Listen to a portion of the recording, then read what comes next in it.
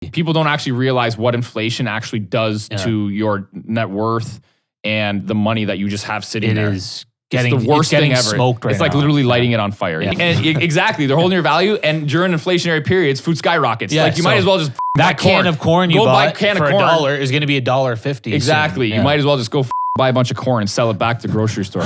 So, like, I do not recommend that no, strategy. I don't either, but you know. But I know I get you your what point. I'm trying to say, I right? get your point.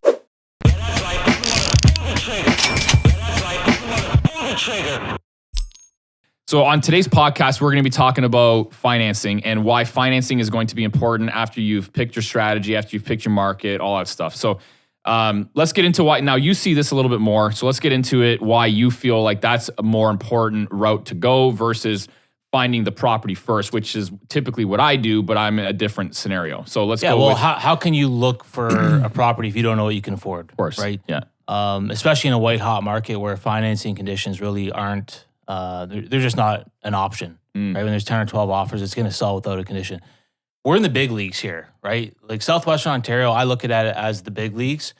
If you don't have... Why do you look at it as the big leagues? Because it's super competitive. Okay. And you're going up against professionals. Like you're going up against guys like you, right? Like you're going up against guys that have their financing lined up. You've done 100 properties, you've done 150. Like you like Joe Schmo, beginner investor, that's who he's competing against. Yeah. So you come into the big leagues and you don't have your stuff lined up, you're going to get smoked like Fair enough. continually. So another thing, like I'm not, like I won't show people properties and stuff if they don't have their financing in order. I need to know what to look for, and what to look for depends on your price range. Now you were mentioning something about a scenario that just happened this past week. Get into that. Yeah, so it was Curious to know. you know, some investor clients that kind of, you know, they're a bit newer to me, but they kind of talked a big game, right? Like in terms of what? Well, they've done it before, right? They're, you know, they have a construction crew, they've done some projects, they should have their ducks in a row kind of thing. We spent a little bit of time trying to find a deal. You know, a month or two goes by. We finally find something that matches exactly what they were looking for, right? They were looking for something that was a slate rehab project, like a multifamily. So we find the perfect deal, good location, good property, just the right amount of work to make it like, you know, a good deal where you're getting a bargain. You can pull your money out after. Comes to offer time, they decide to put an offer. At the last second, they say, "Oh, by the way, we need a financing condition." And I look at them like you know what's happening in Windsor right now. Are they from Windsor? Ontario. No. Okay. But they know what's up with Ontario. Okay. Right? They know. Where are they actually like? I know It you doesn't. probably want to Yeah. get Well, into I don't. it Doesn't even matter. Yeah, Like they're from Ontario. Okay. Right. So so at the 12th, and I looked at them. I said, "There's like 10, 12 offers. Like it's an automatic loss. Like you better come in 40 or 50 grand higher than the other offer, and you'll probably still lose because it's sketchy, right? Like why do you have a financing condition? So in my mind, it's not. I'm not saying go do something stupid. Like don't. If you need a financing condition because you don't have your ducks in a row, that's different, right? What I'm saying is you should have your ducks in a row. Like the bank shouldn't be your only option, especially as an advanced investor. You should have A lenders, B lenders, private money, friends and family ready to lend you the money if need be. Or you should have that pre-approval from the bank to begin with. Yeah. Or at least you need to know your scenario. Yeah. Yeah. So, and you should know that if you're looking for something in this price range, you're not going to win with the financing condition. So it was just a little bit surprising. So interesting. If you're coming into the big leagues, like you got to know where you're at. You got to have that pre-approval done, and you got to have. I think a lot of people don't have the risk tolerance to take on to use B lender money or private money, and I think that's a mindset of fear. The fear of like, oh, I'm borrowing money at 10%. Like. Yeah, but it's a tool, right? If you find a deal and you need if you find a deal that needs a ton of work, the banks aren't going to touch it, right? Because it's not inhabitable. So you for these people that are looking for these BRRRR projects and these big projects, whatever, when you find one, you better have another option because the bank's not going to be there for you, right? So all these people talking a big game, and then they're unwilling to do what the big game players actually do, which is borrow money from private people, whatever, right? Like just do what you got to do, or buy it cash and finance it later. Like I said, man, you want to be in the big leagues, you got to do big league things. So let's talk about how BRRRR options, say for, we've talked mostly about BRRRR, so let's start it off. So let's talk about what kind of options you see mostly with a BRRRR strategy, going in terms of financing. Well, most BRRRRs, like, you're buying something that doesn't need a ton of work. You can get traditional financing for it. It's not really a big deal. You just have to get bank financing and then have the cash to do the BRRRR. Now, if you don't have the cash to do the renovation, then you got to borrow it from somewhere. Exactly. And this is where like when I bought my duplex lot, I didn't know where I was going to get the money from. Like, it's a $450K build. I didn't, whatever. I had a certain amount of money, but it was like in my mind, I'm like, okay, if I can't get bank financing for this, because I bought it without getting, I didn't go to the bank or anything, I just bought it. I'm like, I could, my parents would lend me money, right? They have a line of credit that they've agreed to let me tap into. I could go to private money. Like, somebody's going to give me the money. Yeah. Like, I'll figure it out. You can figure it out. Yeah, I'll figure it out. Somebody will give me the money, whether or not it's an A lender or private money, whatever. Yeah. So I guess I'll even give a scenario of the last time I've done a BRRRR. So, the big banks, like the typical, like the big three or big four, whatever, they won't lend. So I'm a different scenario. So I'm a corporate lender at this point, right? Like, I'm no longer, this is a very big distinction that people need to understand. Once you have a certain amount of property that are considered, residential, and I don't mean residential by the property qualifying for it. I mean residential mortgages where the banks will loan you the money based off of your personal income. That typically tends to be about a five unit or five residential personal units. residences exactly. or whatever. Yeah. So I'm no longer considered a residential lender. I'm commercial. Yeah, even if too many properties. Yeah. They're not lending you on the personal level. Even if I go and buy a house, just a single family home, it's still considered commercial because the bank is looking at me now that I have a real estate business and it's no longer an investment. Yeah. So for me, I am not able to get traditional, and I mean like traditional, like RBC, TD, CIBC, BMO. They will not lend me money unless the property is making money to service the debt. I see. Okay. Yeah. So now this is very important. So what I typically do now is I've established a relationship with a credit union that will give me the money while I'm doing the renovation. I keep it open variable, especially variable now, because the bank, the rates run a downward trajectory. So I keep it open so that once I'm 3 months down the road of completing my reno or whatever, then I just refi with the bank at a lower rate. So credit unions loan money based off of deposit rates, and the banks loan money based off of the bond market. So typically the bond market allows the banks to loan money at a lower rate. So that's why I end up switching from the credit union, which will actually give me the money at like a 75-25 loan to value, even if I don't have any income coming in, because my personal, not even necessarily my personal, but because the real estate business is performing and creating income because of the entire portfolio, the credit union is willing to give me the money. So if you buy something that you're gonna say, hey, I got to take 3 or 4 months on this. I'm not gonna have a lease here for 3 or 4 months, 6 months, whatever it is.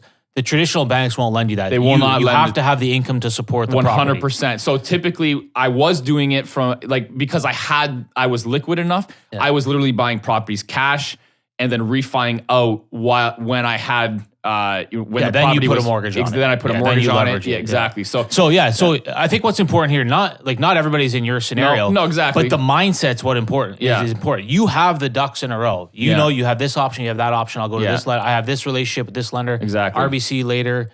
Credit union for this. Yeah. You've got the relationships set up to deal with whatever comes your way. Now, I have done multiple, so I do private lending as well. So I have done multiple private mortgages to many people that do the exact same thing, but they don't have a scenario like me where they have enough of a portfolio where it's creating enough income to support or satisfy, say, a credit union to give them the mortgage for that property while they're doing the construction. Yeah. So I loan them. You go from A, that doesn't work. You go to B, if that doesn't work, then it's private money. Exactly. So I've done that multiple times. So that's the other option that I've done. I've never had to personally do it, but I do it all the time. I just actually cashed out on a private mortgage today, or yesterday, from somebody that was doing exactly that. Yeah. So and people, you have to look at private money. Like you might look at it like, typically it's 10% plus fees and it'll range but so you can't look at that and be like, oh, that's scary. I know the old me, I would have looked at it like, I'm not borrowing money at 10%. Now it's just the cost of doing business. For sure. It's it just rolls into your numbers, right? If my Yeah. profit margin is this, well, it's going to reduce a little bit because I got to borrow that money from somewhere else. Yeah. Is it better than doing nothing? Well, that's up to you to decide as an investor. But For sure. But if you're afraid of it, that's the problem. If Yeah. you're afraid of those tools and those options, Yeah. it's going to limit you in the long run. I Exactly. think. And I think that if you're going to use private money, I think the main one of the main things you have to really look into is you have to actually look at it as a short-term thing. Like, do not look you can't be 100%, looking at private money 3 to 6 months. Yeah, you like, can't be looking at tops. private money for a long-term scenario. Even Yeah, for that's me, stupid. even a year is too long, to be quite honest. Yeah, yeah. But 3 to 6 month period. Let's is talk about some perfect. other options too, right? Yeah. Well, how about some good old friends and family? Like for myself personally, like I know I've never done it, but I know my parents. They have a home equity line of credit for a couple $100,000. They said to me, like, if you like, they trust me. They would lend me money short term if I needed it to like bridge a deal. And I know, like, hey, if the banks won't hit me up, I can hit them up and I can make it happen, whatever. So how about that option, right? Like for the beginner investor, reaching out to those other people. What are some other options that might? I think that I think the private money and all that stuff is great for a burr. And great for value add scenarios like short-term value add scenarios. I don't think I don't think you should be going that route if it's just like literally you're buying a rental. No, I don't think I think that's a bad option. Very rarely. Yeah, very maybe rarely. 1 in 100 scenarios, Yeah, it would make sense, but like in very general, rarely no. you should look into that. So let's actually talk about, so we've covered like the kind of private money and that type of shit. So let's talk about in the burr. Let's talk about that. So the burr and the flips and all that stuff, that all falls into the same category, I feel. So let's talk about if you're just buying a rental, what the banks want to see when you're simply buying a rental. Yeah, this just happened to me too with one of my clients where they took, you need to show proof of down payment as well. So we had a closing date of like, so let's say a month, and the guy had brought some money from overseas into his account 2 weeks ago, and we were trying to close in a month. They need to see that money in the bank for 90 days. Got it, yeah. Or they'll consider it a gift or whatever, right? Yeah. And they won't qualify it. So we had to like extend the closing date by like 3 months, which is a pretty Interesting. big deal. Yeah. So that's a scenario, right? Did it work out? Yeah, it's fine. Okay. This was a unique scenario, but Yeah. normally like that's not cool. Yeah. So you know, what else, right? 2 years of consistent income. Yeah. They're going to average out the last 2 years as well. So if you have 150 grand 1 year and 75 the other, well, Yes. they're not going to take you at 150. They're going to average it out. Yeah. This, you know, regardless of your They're also scenario. going to look at your debt service coverage ratio Debt service. personally. That's if you're- why, like, staying away from car payments, and car stuff payments, bullshit, stupid, credit card payments, Yeah. like credit card debt, like all that type of shit is going to be very, very, very important to like that. manage. Possibly the most important thing Yeah. as a beginner is a couple things. Number one, having a good steady job for a few years, even if you hate it, like we always talk Yeah. about, grind it out. Use it as a tool. Number two, stay away from consumer debt Mm-hmm. like the plague Yeah. while you build, right? And then if you want to get the car 5 or 6 years down the road, do whatever the hell you want. Mhm. But when you're starting out, that will limit you the most. Yeah. Like I've kept my books super clean Mhm. for that particular reason. Super important. Yeah. Yeah. Super important. Credit score, Credit score is important. Yeah. big. I have a fucked up scenario about my credit score. So let's talk about why credit score is important, and then I'll tell you about my story here. Well, would you want to lend money to somebody with bad credit? Like No, the banks yeah. are going to look at it the same way, Yeah, right? and- They want to make sure that they're going to get paid back. Yeah. So, And typically, it's huge. what score do the banks want to see from your perspective? like 650 plus. Yeah. I don't really I'm know. going with like but- I think they want to see a 7 on that. Yeah. No, they want to see a 7 on your score. I mean, Gotcha. I think that, once you start going you dipping below 7, you're starting to, you have to have something else to bring to the table. What year is that though? Like 500 So here's a fucked up scenario. Okay, we'll get into my scenario. So anyway, 7 is a good place to be. Once you start dipping below 7, 700, then you have to be bringing something else to the table. You have to be strong financially, or you have to at least, if you're dipping below 7, you have to have a reason why it's below 7, and it better check out. So my scenario, I go to do the deal in the US, and I've never ever once over in Canada had an issue with credit. Never once. So I've never actually, and this is my own fault. I wasn't monitoring my credit all that tightly because I never actually ran into an issue don't even where think about it. Yeah, it was like nothing to think about. Like I was buying shit like left and right. I have millions of dollars in debt from the bank. I've got millions and millions of dollars in potential debt, which I don't even use for the supplement company. So I was like, fuck, I'm tight, right? Like I'm a very good, who wouldn't lend to me? Yeah, right? I go to the bank. I go to the bank. They fucking practically roll the red carpet out when I go in there, and they consider me a very good client at the bank. And this is like RBC. So I go to get the mortgage over for the property in the U.S. And I'm nobody over there, right? This is my first property. I'm just kind of like I just made the inroads into the U.S. and I just got everything, got the property qualified, all that shit. So they come back to me and they're like, Dan, your credit's all fucked up. And I'm like, did they say it like that? Basically. And I'm like, what the fuck are you talking about? My credit's all fucked up. So they're like, yeah, you got like a 595. Jeez, that's bad. And I'm like, what? Like, what are you talking about? I got a 595. And they're like, yeah, like you're all shit. Like your credit's shit. And I'm like, oh my God, like what the fuck happened? So I go on Equifax, and what ended up happening, maybe 3 things happened. 3? Yeah, so 3, you can kind of attribute it. So because I was so active, so this is gonna affect your credit score. When you're extremely active, what the right move would have been was when I was or the bank was like running all these credit checks for all these properties and the velocity was just super high, I should have approached the bank and said, hey, listen, like use the previous credit score that you just did fucking 2 months ago, which they never did. Okay. So the velocity of credit checks was like hard checks was like very, like was quite a bit. So I was getting like, at one point, like in 1 year, I had like fucking like 30 or 40 checks because I was buying so much shit. Right. So that's not a good scenario. When the velocity of credit checks is coming in, it's like a red flag. It's a red flag, right? Bank, You're looking for credit constantly. So that hit me pretty good. And then I had another scenario where, what was the other scenario? I had 2 personal cards. Credit cards. This is what I'm talking about. Like fucking credit cards. You got to keep an eye on them. I had 2 personal scenarios where I set up auto payments for the bank. But what ended up happening was the person that I set up the auto payments for at the bank didn't realize that these couple cards were not able to qualify for auto payments to automatically get paid off by my bank account. They didn't know that. Oh, shoot. And I didn't know that because I contacted them. I was like, listen, I want auto payments set up on these cards so I never even have to think about, and I barely didn't know even you use could them. do that, by the and way. I barely even used them, right? Yeah. Actually, it was Pat, my account manager, that said, hey, just set your shit up on auto payment. So, because they were personal cards, I had to set it up at the personal banking level, not corporate. And this guy was a corporate, my corporate account manager.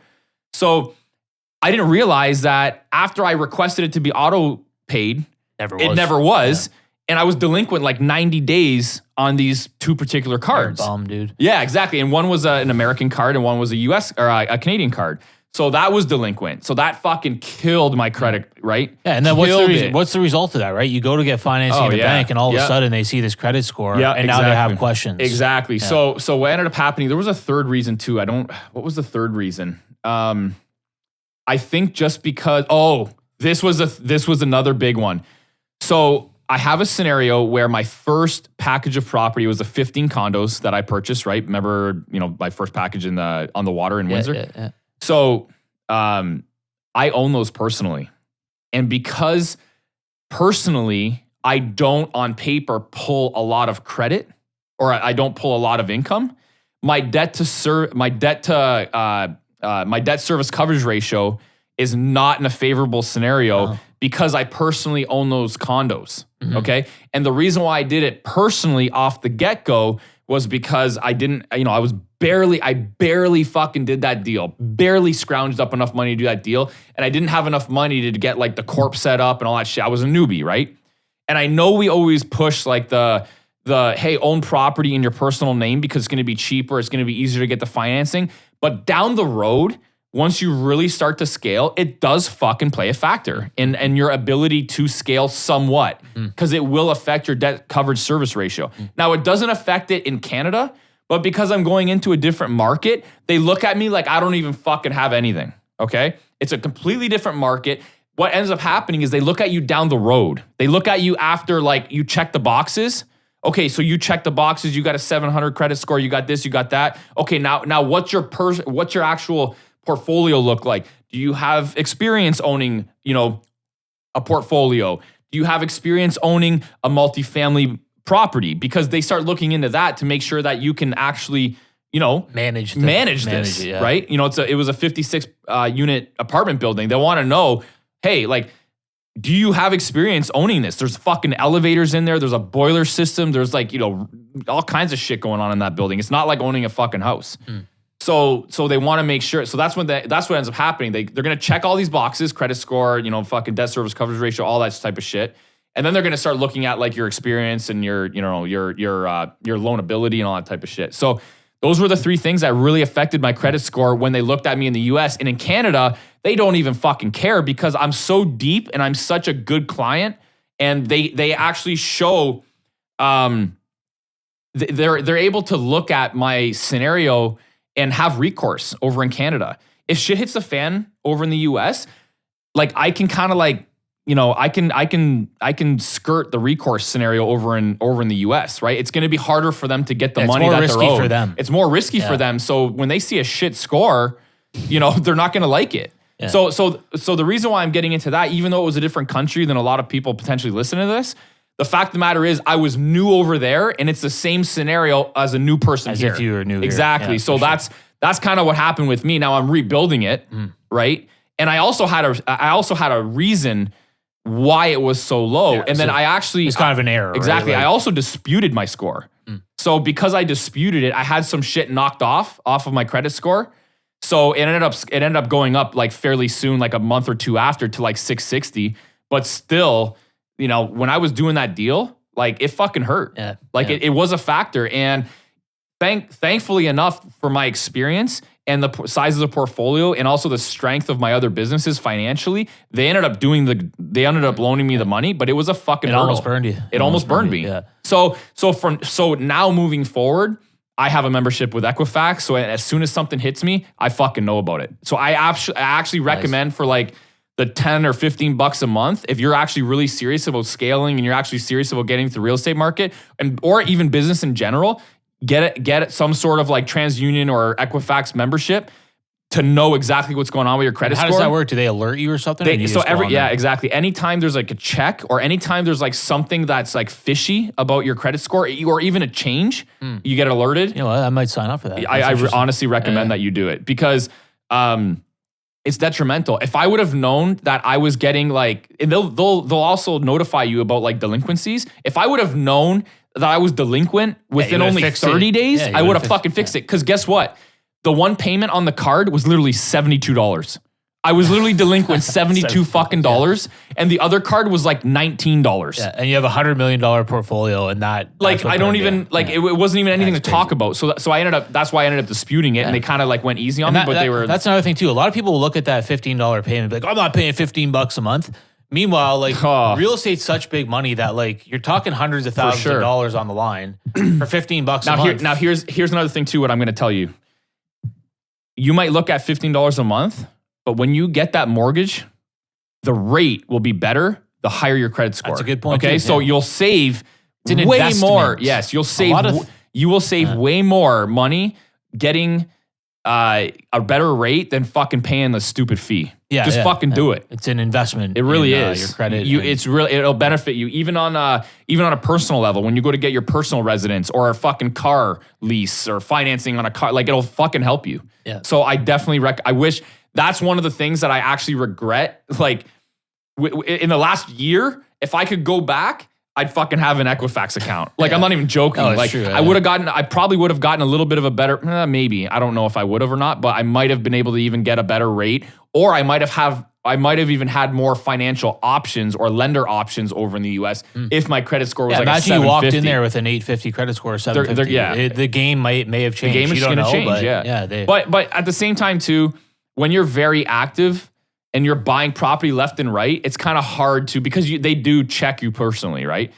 When you have a high velocity of checks, it's going to be hard to, because the velocity of checks do affect your score. So it might be hard to kind of like skirt that, but that's not to say that. It's not going to drop you to a 550. No, it's not going to drop you to a fucking 550, right? Or a 595, whatever. So let's talk a little bit in terms of financing. A question that I actually can't answer this question because I think everybody's scenario is unique, but I always get it. Should I start a corporation or not? Yeah. And from my understanding, from a financial perspective, especially early on, it actually costs you more money to early on buy stuff in a For corp. sure. So you have accounting costs, you have legal costs. So you have all those maintenance costs. If you had to guess, okay, let's say somebody buys a duplex in a personally versus a corp. What is the actual cost different for that dude? Are we talking like a couple $1,000 a year?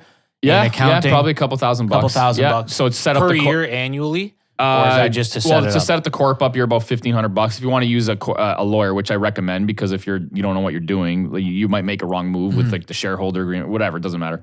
But I recommend using a lawyer. So that's about $1,500. Then you have like maintenance costs for the accounting, because you're going to have to do a year end. You're going to have to, submit like whatever the HST or any rough idea what that might be? You might be $1,000, $2,000, maybe something like that. You might be a couple grand, maybe. And another thing too is you're probably going to have like a 1% rate differential. So commercial rates are more than residential rates. So right now, what's like a residential rate, like 1.75 or something like that? Something like that. You're going to be 2.75 on a commercial. Wow. Yeah, you might, or maybe 2.5. You might see if you're like a superb I might get like 2.5 on a commercial rate, but like if you're like kind of a little bit more new, you might see like a 1% rate differential or a rate spread. So it will cost you more in lending. Let me ask you this: well. what do you recommend then for to me, because I've actually seen what ends up happening when I have holding property personally, how it has affected me commercially as well. And my debt coverage service rate, or my debt service coverage ratio, it has affected it. Mm-hmm. Now, the banks understand why I've done that, and I do have a reason why, but it would be much easier not to have to fucking explain it every single time I try to go and do something with a new bank. So you see what I mean? You recommend then, if my general understanding is if you have a big vision of like 20, 30, 40 properties over 20 years or whatever it is, then it makes sense to start, even though it costs you more, you start building your commercial portfolio ASAP, even maybe at property one. But you have to understand it would be cheaper to buy your first 5 in your own personal name. And it's name. going to be easier to get the financing. And easier to get the financing. It will be easier to get the financing because, they will look at you personally if you hold them personally in your name. So, and they will use your personal income to back up, lending the debt. So, it's a catch-22. I think if getting in means you can only do it personally, then you do it personally. If you have the wherewithal to get in from with the right way from the beginning, you do it corporately.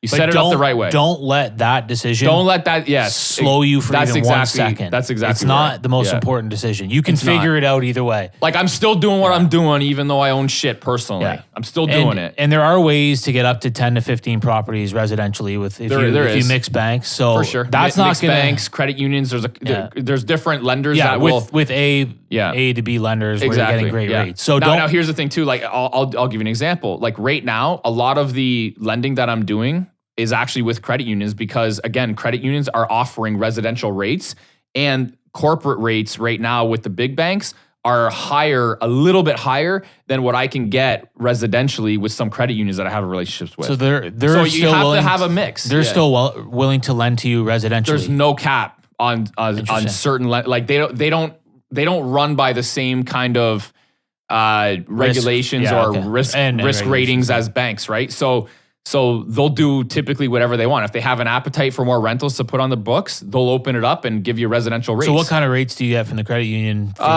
It's not far off commercially. It might be like maybe a half a point lower or higher? Lower. Yeah. Okay. So that's pretty good. And these are still it's good enough. These are still ultra low rates, and a couple things to think about. Now here's the thing. Like let me just say this. Go ahead. Yeah. Let me just say this.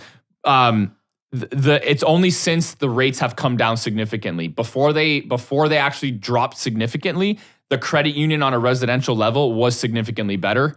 So I was doing a lot of lending through the credit unions. I see. And also for the fact that they were allowing me to get, a loan to value scenario, like a fairly high loan to value scenario without having income on the property. So it was more favorable in my scenario to do that. Now things have changed. I think right now I'm able to get a lower commercial rate from the big banks. So that's why that's why I've pivoted my lending strategy to, during the construction period, I'm with the credit union as in an open scenario, and then I'm gonna close it in, or maybe not even close it in, depending on what the rates are doing with the big four, because they have better rates. Yeah. Yeah. So anyways, I wanted to throw No, yeah, that in. you I guess the point, you have everything set up. You have relationships with multiple people, multiple banks. You have different scenarios. You have your corp set up, personal lending. Yeah. Just don't let any of this stuff slow you down or stop you, because I know, like, when I first started, I was like, oh, I kept asking everybody, should I do a corporation or not? Yeah. Like, just shut up and go buy a property. It doesn't matter in the long. Yeah. It really doesn't matter like that much. If it's going to prevent you from getting in, then you should do whatever you should do whatever is going to allow you to get in, and not use that as like a crutch. Yeah, I think put off the decision. Well, how about this? This is my recommendation for a beginner investor. Just buy it personally. It's the easiest way. You're new. You don't have the confidence. You don't have the experience. It's the easiest way is just go get a freaking loan from the bank and buy a property. For sure. It's super easy, no headaches, and it's going to save you money actually for the first couple. For sure. And at the end of the day, if I really wanted to get rid of the fucking scenario here, I could just sell the property. Like, it's not like that big of a deal. Like I could, I don't want to sell it because I like the property and it's a monster for me. So I'm not selling it. And to move it over into the corp is just too much money. So land transfer tax, like all kinds of bullshit, right? Legal fees, whatever. So I'm not doing it, but I could get rid of the scenario if I really wanted to. Yeah, but not a big deal. Yeah, if you're building a portfolio, you probably won't want to. You don't want to sell it. You want to hold it. Yeah. But if you're savvy enough and you have the money and you're just like, hey, I just want to light it on fire, then you start it from a corp. That's it. But if you're a newbie and you want to make this an easier process for you to get started, personally, it's going to be easier. Even myself personally, I've bought everything in my personal name up to this point, and I'm getting to the point where I'm like, shoot, like I have a 4 or 5 properties closing soon, over the next, let's call it, year. Should I start throwing those in the corp now? Because I do have big visions, right? I want 50 properties. I want 100 properties. Do I set that up now? And I think so. Yeah. Sure. Not only that, but it's going to help you, protect you from liability, potential liability. That's a big thing. Have you ever had anything like that happen, by the way, in terms of liability? I've had a lot of threats, but I haven't actually been sued. Fucking knock on wood. I have only take once, man. Give me your opinion on this. I've heard, like, somebody said this to me where it's like, in Canada, we're not a very litigious society. You don't get litigated against and sued all the time. Yeah. And they're like, kind of, your insurance for real estate covers you. You don't have that fear of the corporation like you would in the U.S. They'll sue you for anything in the U.S. Oh yeah. Anything. So a lot. I'd be setting up a corp real quick over there. Yeah, for sure. Yeah. But I don't really hear any crazy stories in Canada, so it's prevented me from even worrying about the liability side. Here's the only thing that I've ever really worried about is you can make a claim personally if, for example, there was a scenario where you were deferring maintenance, or you were a neglectful landlord. And the problem is sometimes I have had scenarios where someone didn't contact me about a particular issue and it went a little bit deferred and I didn't know about it. And if something would have happened, I could have been I exposed myself, right? You're kind of exposed, right? It's almost kind of like the courts, what I've been told, will treat it as if that's your obligation to actually know about it. Yeah, to go check on the property. Once exactly. Whatever, so if when you have so many, it might be tough to know about it. But in the U.S., I'll give you an example. With the property over in the U.S., you actually have a pretty tight liability or umbrella coverage to cover shit like that. Because they will fucking sue you. Yeah. See. Oh yeah. Yeah. They will. You actually have liability insurance for shit like that. You better. You have to, for sure, because it's a different animal over there, right? Yeah, and it's more expensive. The insurance is over there, obviously. Yeah, and right, because it's covering you for so much. But that's the one thing that that I keep track of is that's a good idea to kind of keep track of your property. And so one of the ways that I actually do that is, our grass cuts. I typically don't let my my tenants cut their own grass and that type of shit, because for me, I want my team going there and keeping an eye on the property. And I'll have a scenario where I'll increase rents by 20 or $50 a month, and I'll just take care of the yard maintenance, so that I actually even have eyes on the property all the time on a rotating basis, so that if there's a scenario where, who knows, a fucking sidewalk is fucked up, or a driveway is cracked, or has lifted, or whatever, or something's going on the property where there's a scenario that I could open myself up to, liability, then Yeah, like there's one or two of my properties I haven't been to in a while because they run so smoothly. Yeah. But that might not be the best thing either. I'm not saying I'm not saying it, like I've been doing this for like a solid fucking 13, 14 years. I'm not saying that would happen, but it could. Yeah. You know what I mean? So and maybe it hasn't happened because I actually do have eyes on it all the time, like I'm explaining, right? So that might be a good idea. But anyways, so how do we sum this up? Okay, so we're kind of bringing everybody through a series of like how to start, how to stop putting barriers in your own way, and to eliminate. Well, let's talk about. So we covered like the BRRRR and the flip and all that bullshit. Not bullshit, but financing options, right? We've covered like your traditional route if you're going like the rental route. What other options would be a good, like what other creative ways to get into the real estate market, doing different strategies would you recommend? I guess on a reasonable aspect. Well, so I always go back to just freaking get a job and 100%. Keep your. So I actually had this question yesterday from somebody. I posted up on my stories, and somebody literally asked me. He's like, Jesse, throw this up in. You might want to take a screenshot of that question, and then throw that up. But he literally asked me. He's like, listen, I just did a flip back in July. And I'm currently doing another flip, and this is my personal residence. So he only put 5% down on his personal residence or whatever, and he plans on flipping that. Taking advantage of like the CMHC. Yeah, exactly. CMHC and capital gains and all that stuff, right? Using your personal residence, you're not going to get taxed. So he's like, what do you recommend I do to continue this without taking on JVs if I don't have enough money? And literally, I told him, keep doing what you're doing, right? CMHC and all that stuff, your personal residence or whatever. I don't think you can't. Can you do a CMHC? It's been so long since I've even done that, but can you do a CMHC 5% down multiple times, or is that's just your first one, right? No, you can. No, you can, right? Can. It has exactly. Somebody actually got back to me and was like, no, you can only do it on your first one. And I was like, I don't think so. But he fucked me up in the head. I was like, can you only do it? It has to be your personal residence. It has to be your personal residence. You can only have one personal residence that you live in. So his scenario was, so I told him, do what you're doing. If you need to raise enough capital to keep doing what you're doing, keep doing what you're doing, flip it over, every year or two, keep doing the exact cycle, because that's what you want to do. You want to flip homes. That's the best case scenario. 5% down and you're not getting taxed. Yeah, because you're living in it. It's literally the perfect scenario. So if I had somebody that was coming to me and was like, hey, how do I get into the real estate market on a personal level? 5% CMHC and rotate houses every 1 to 2 years. Done. That's That's the fucking best scenario. And I don't understand why people don't want to do it. I'll tell you Deshaun, why. our buddy there. I'll tell you why. I'm like, Deshaun, buy your fucking first house, flip it, right? 5% CMHC. You don't have to flip it. You could rent it out, then go do it again. Sure, exactly. Exactly. And that's what I ended up telling him. I said, listen, work as much and as hard as you can to raise the capital personally and use your job as a funding tool. And that's it. Yeah. Which he finally did, by the way. And it's, Who, Deshaun? Yeah, he bought a duplex for $430. The place is probably worth $500,000 already. Yeah. And he was we all do this. We debate about the 5% down. Well, if I put 5%, this is why people won't do it.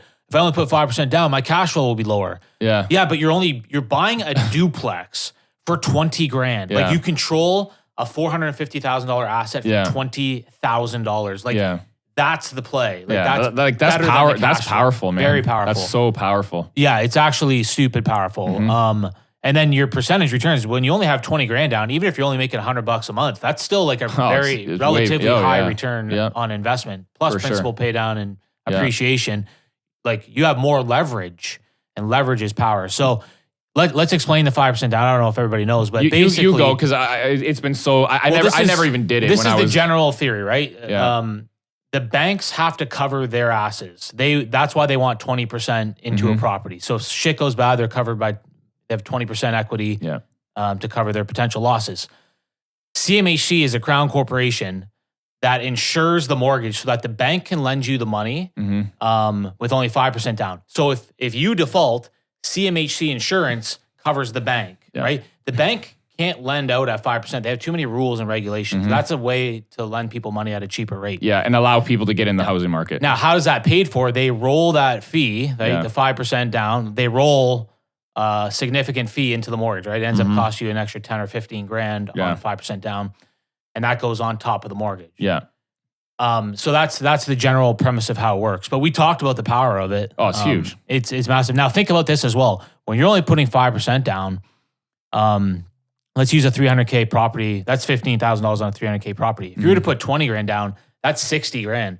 So you're saving $45,000 cash. I did this strategy personally. Now I can go buy another one. Yeah. Right? Or So- you can renovate the one that you're in. Yeah, You know what I or- mean? You do whatever. Yeah, renovate it, rent it out. Yeah. That's what I did with my personal residence. Yeah. I put 5% down because I wanted to keep my cash free, and then I went and bought an investment property. Now I had a hurdle for doing this because I know that they're taking that 10 or 15 grand and they're tacking it onto my mortgage, and my payments are higher and blah blah blah. But I had the light switch go off of like, Yeah, no, of I'm an course. investor. This is leverage. That's a great move. Now here's the thing: that property that I bought, it's off Banwell. We own a bunch of stuff. The place is worth 450, 500 grand now. I bought it for 300 grand. So that 10 grand that it cost me extra on paper, who cares? It doesn't matter. With Like, appreciation, it's going to disappear. Even if you amortize that over what, 25 years? Fuck is that? This is like maybe $10 a month or It's something. not I don't even know. talk about. It's not enough to stop you from doing No. it. It's really a powerful move. It's not even close to anything. Like, it's not even close to So being I enough. guess for beginners, right? If you only have 20 or 30 grand available, CMHC insured Buy your mortgages fucking are super. yes. Like do whatever you can to buy a property. You have to buy, you have and to. you could do that for a multifamily as well. Yeah, and you live up in to it. a fourplex. Yeah, and live in one of A the units. CMHC. Imagine buying a $600,000 fourplex for 35 grand or 40 grand. 100%. Like you're controlling a $600,000 asset for $40,000. Try to do that in the stock market. No, you can't. It's possible. You have no leverage, right? Now, does CMHC have a limit, value limit on being able to do that? Oh, good question. I think Yeah. at a certain point you need at least 10% down or something. So I'll give you a scenario for my personal residence. I'm not going to get into so my personal residence over $1 million, and the bank would not. I had to fight. So this is another prime example. I'm all about leverage. Like that's the advantage of real estate. And because my property was over $1 million, they would only loan me 20%. I think it was 20% up to $1 million. And then anything over $1 million, they're only lending 50% LTV. So you meant 80% LTV? Yeah, to start? 80%. Yeah, 80% LTV. You're putting 20% down up to $1 million. Yeah. So after $1 million, you have to put 50% down? After $1 million, you have to put 50% down. And they even tried to get me to go 65. Oh. Yeah, 65-35 before $1 million. Holy. And then 50-50 after $1 million. So this is a good prime example of having great relationships with lending institutions. They actually ended up sending my case up to like the VP of like lending up in Toronto, and they ended up getting me 80-20 loan to value on my personal house for the entire fucking thing. Yeah. And I think I was like, listen, guys, like no fucking chance I'm going to agree to your bullshit right now. You're going to fucking take this up to Toronto, and you're going to get me what I want. Yeah. Because like I have enough shit with you. So I flexed on the bank there, and they ended up doing it. Yeah. But that's only once you have a relationship. So my credit was better at that point, like all that type of shit, right? So this is why all this stuff is so important. You took the time to fight it. Yeah. A lot of people, they'll just bend over and take it. Yeah. But like you fight it. And Like just because you see a rate at the bank and you see like all these type of things, like it's all fucking negotiable. Like True, there are levels at the bank. For sure, there are levels. Level one can only do so much. Exactly. Now here's what I loved about what you just said there. Because you understand leverage, you don't want to put down 35% Like or listen, 40%. like what people don't understand is like your personal residence is a fucking liability. Yes. Like it's not making you money. Even if that was a duplex and it was an asset, I still don't want to put any more than I have to down. 20% down is like the most I want to put down. If they start asking for 25 or 30%, I'm going to start looking for other options. For sure. Because that ruins my leverage. Yeah.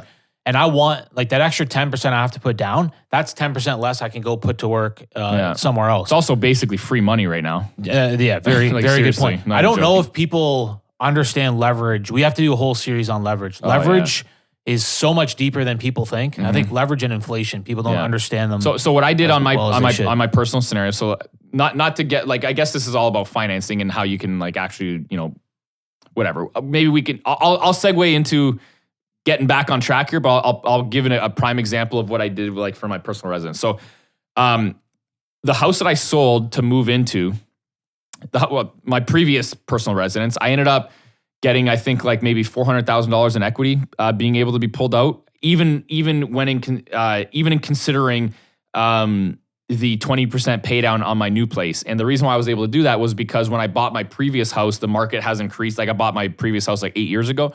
The market increased so much so that I had so much equity built in that I was like, I'm taking this equity. So I ended up taking that equity and I did a $300,000 private mortgage with the equity from my principal residence, literally for like 15%. Nice. Like people need to understand, like, you're borrowing at 2%. You're borrowing at 2%, and it wasn't even 2%. It was like fucking 1.6, and I'm making literally on the equity. Like what? That's an insane spread. 13.4%. Why do you think RBC reports a $4 billion profit every quarter? Because they're taking your money and lending it for exactly. higher Get that returns. fucking money. You can be the bank. Yeah, you can be 100%. The bank. Whether or not you're lending money or just buying assets, it's, you know, you're creating a higher return on your money than your money costs you. Yeah. So that's an example of what I did personally. We can get into that in another podcast or whatever. But so let's get into more options that people may have. So we covered like the 5% CMHC, the personal residence type of scenario. That is by far 5% CMHC and rotating out your personal residence, multiple times or house hacking. I think is that the term that like fucking bigger pockets people are calling it? House hacking. Yeah, house hack. Yeah. Whatever. So doing that kind of scenario or rotating out your personal residence, that's going to be the best case scenario for a brand new investor that wants to get into the real estate market. There's no other better scenario out there. If we had to start, zero. Yeah, I agree. Another one we hear it all the time is the JV, which I don't love it. If you're just starting out and you're trying to JV and find random people that you don't even know to partner with you, like that's not a great. I don't think that's a great way to start. I don't either. And I remember Mark Cuban. Like I remember it. I don't know how I feel about this quote, but that fucking guy is a billionaire. He ended up. I remember his quote saying something to the effect of, "If you're starting a business, I don't know if you mentioned partner or with a loan, it's not for you. It's a wrong mentality or it's the wrong strategy." I don't know how I feel about that. I think real estate's a little bit different. In general, right. It's the wrong mentality. Because here's when it's wrong. If you're trying to do it because you don't want to go the harder path and get a job and stuff like that, if you want to skirt that and just jump right into a JV, it's the wrong mentality. Yeah. If you happen to have somebody where you guys have a great synergy and you're going to combine forces, great. But it's not to skirt your responsibility of going and getting a job. Yeah. So JV strategy, like I've done 3 JVs where basically like, hey, you put the property in your name, we'll split the payment. I'm tapped out for mortgages right now. Yeah. Like there are benefits, and then it allows you to basically control more property because if somebody's paying 50%, that means you have 50% more money to go buy another one. So it is a good strategy. Just make sure it's not like your crutch. Yeah. It's not a crutch for me. It's an option for me.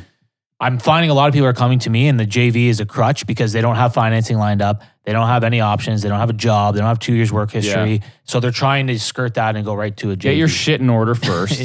Get your shit in order and then start making moves. So the mentality behind it is the deal breaker for me. Yeah. So what other strategies can we talk about to what other real estate strategies are there that we can talk about and discuss the financing options for? Well, I mean, it's kind of it. Yeah, I think we've tapped it. I mean, like tapping into your home equity. Yeah. If you have a personal residence with $200,000 of equity because of appreciation or you paid off your mortgage, at 1.75% interest, you should be tapping into that and buying investment properties. And if you're not, you don't understand money. Yeah. Straight up. Yeah. And you don't understand risk and you're letting fear Not stop only you. that, but like there's so much prediction of like inflation. Like your money sitting in your fucking house is rotting. Yeah. And we're gonna do a whole series on inflation. I can go on for that. I think we all understand inflation. Oh yeah, prices go up, but we don't really understand it. We don't actually realize deeply. People don't actually realize what inflation actually does to your net worth and the money that you just have sitting there. It's the worst thing ever. Smoked right it's like now. literally lighting it on fire. Like you might as well just like throw it in. But if inflation can work for you if you own inflation assets that will increase during inflationary periods. And what are those? Or real estate's number one, right? Exactly, so when the government starts printing money and raising minimum wage and everything else, real estate prices start going up. It's almost more beneficial to like buy canned goods with your money during high inflation. Like fuck, like your money like is literally like being it's a good pissed point away. because Like literally, they're not perishable. Yeah, so those canned goods are holding their value. And exactly, they're holding their value. And during inflationary periods, food skyrockets. Yeah, like you might as well just fucking buy that can of corn you go buy bought a can for of corn. $1 is going to be $1.50. Exactly. soon. You might as well just go fucking buy a bunch of corn and sell it back to the grocery store. So, like, I do not recommend that strategy. I don't either, but you know. But I know I get you your what point. I'm trying to say. I right? get your point. So, yeah, I think we probably covered it. If you guys let's have any wrap it other financing or strategies that you guys want us to cover with regards to financing, let us know in the comments below. But I think like when you talk about like the BRRRR and like the flips and all that stuff, those are kind of like the strategies, right? We talked about the private money, we talked about the credit unions, we talked about like the construction period or whatever, and then literally like really the only other option that I foresee, or not foresee, but that I can see as a viable option is, you know, buying and holding property. And I'll finish off. I don't see a lot of other financial benefits to doing things creatively that are really good talking points, to be honest with you. No, I agree. Yeah. Yeah, I guess we'll wrap it up there. Yeah. Awesome.